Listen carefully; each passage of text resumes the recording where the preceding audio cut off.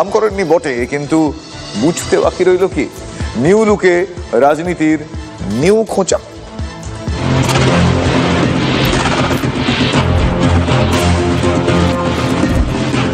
সাদা ভেস্ট, হাতে gym gloves, new লুকে শাসকের নাম্বার 2। শনিবার ইনস্টাগ্রামে নিজের জিম সেলফি পোস্ট করতে মুহূর্তে ভাইরাল। নিউ লুকে ভাইরাল শাসক সেনাপতি। সোমবার ক্যামাক স্ট্রিটে পুরুলিয়া দলীয় নেতৃত্বের সঙ্গে সাংগঠনিক বৈঠক করেন অভিষেক বন্দ্যোপাধ্যায়, ছিলেন সুব্রত বক্সীও। সেখানেই অভিষেক বন্দ্যোপাধ্যায়কে নিউ লুকের ছবি উপহার দেন বাগমুন্ডির বিধায়ক সুশান্ত মাহাতো। দলের সেনাপতির শরীরচর্চার ছবি দেখে অনুপ্রাণিত তৃণমূলের নেতাকর্মীরা। দলের নাম্বার 2 ফিটনেস সচেতন। দলের সুপ্রিমোর মুখেও বারবার ফিটনেসের বার্তা। আমি হাঁটি, আমার ব্রেন হাঁটে, হাঁটে না দৌড়ায়। আমার নবান্নের ঘরটা কতটুকু, এই যে দেখছেন এত বড় স্টেজে, এত বড়ও নয়, এর আপনি 2/3 করুন পেছনটা বাদ দিয়ে, এইটুকু। কিন্তু আমার একটা গোল টেবিল আছে ফাইল রাখার জন্য, আমি ওইটুকু ঘুরে ঘুরেও এখানে আসার আগে 25,000 স্টেপ হেঁটে এসেছি। আর এবার জিম সেলফি পোস্ট করে দলীয় কর্মীদের ফিটনেসের বার্তাই দিতে চাইলেন দলের নাম্বার 2। মমতা ব্যানার্জিকে যেতে হবে 26, এইটুকু আমি আপনাকে বলে দিলাম। কোনো শক্তি নেই উনাকে এই নির্বাচনে রক্ষা করে। গণতন্ত্রে জনতা জনার্দন শেষ কথা। আপনি ব্যক্তিগতভাবে বুম ছাড়া, ক্যামেরা ছাড়া, সাংবাদিক পরিচয় ছাড়া আপনি রাস্তাঘাটে বাজারে ডেকে 10টা সাধারণ প্রান্তিক মানুষকে জিজ্ঞেস করুন, যারা লুক বদল করেছে তাদের নয়। দেখুন, এটা কোনো হাস্যকর কথাবার্তা। অভিষেক বন্দ্যোপাধ্যায়ের যে ছবিটা, একটা ইয়াং স্টার, তরুণ তুর্কি নেতা, আমাদের সেনাপতি, তো সে তার ছবি, এত একটা স্মার্ট লুকিং একটা ছবি, তো সেটাও নিতে পারছে না বিজেপি।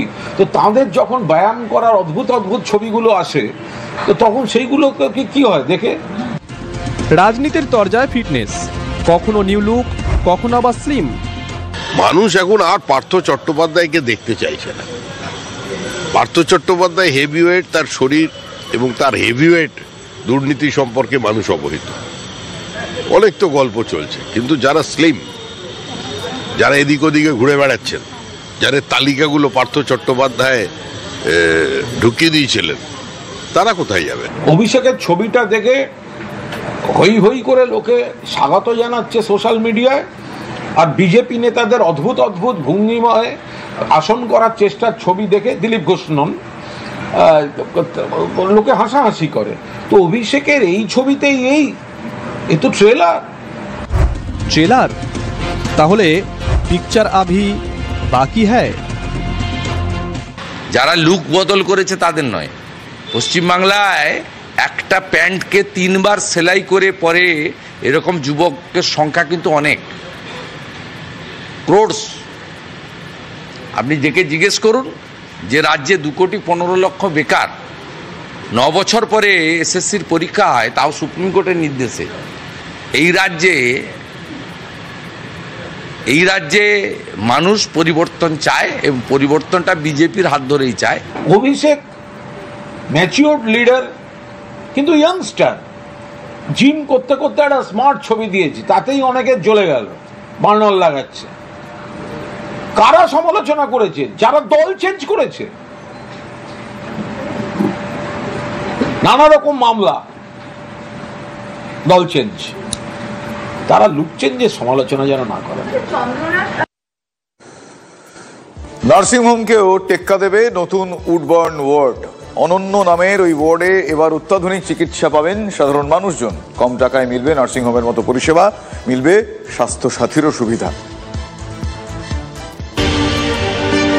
আরও একটি উডবার্ন ওয়ার্ড পেল এসএসকেএম, যাতে শুধু ভিভিআইপি নন, এই ওয়ার্ডে সামান্য টাকার বিনিময়ে পরিষেবা পাবেন সাধারণ মানুষও।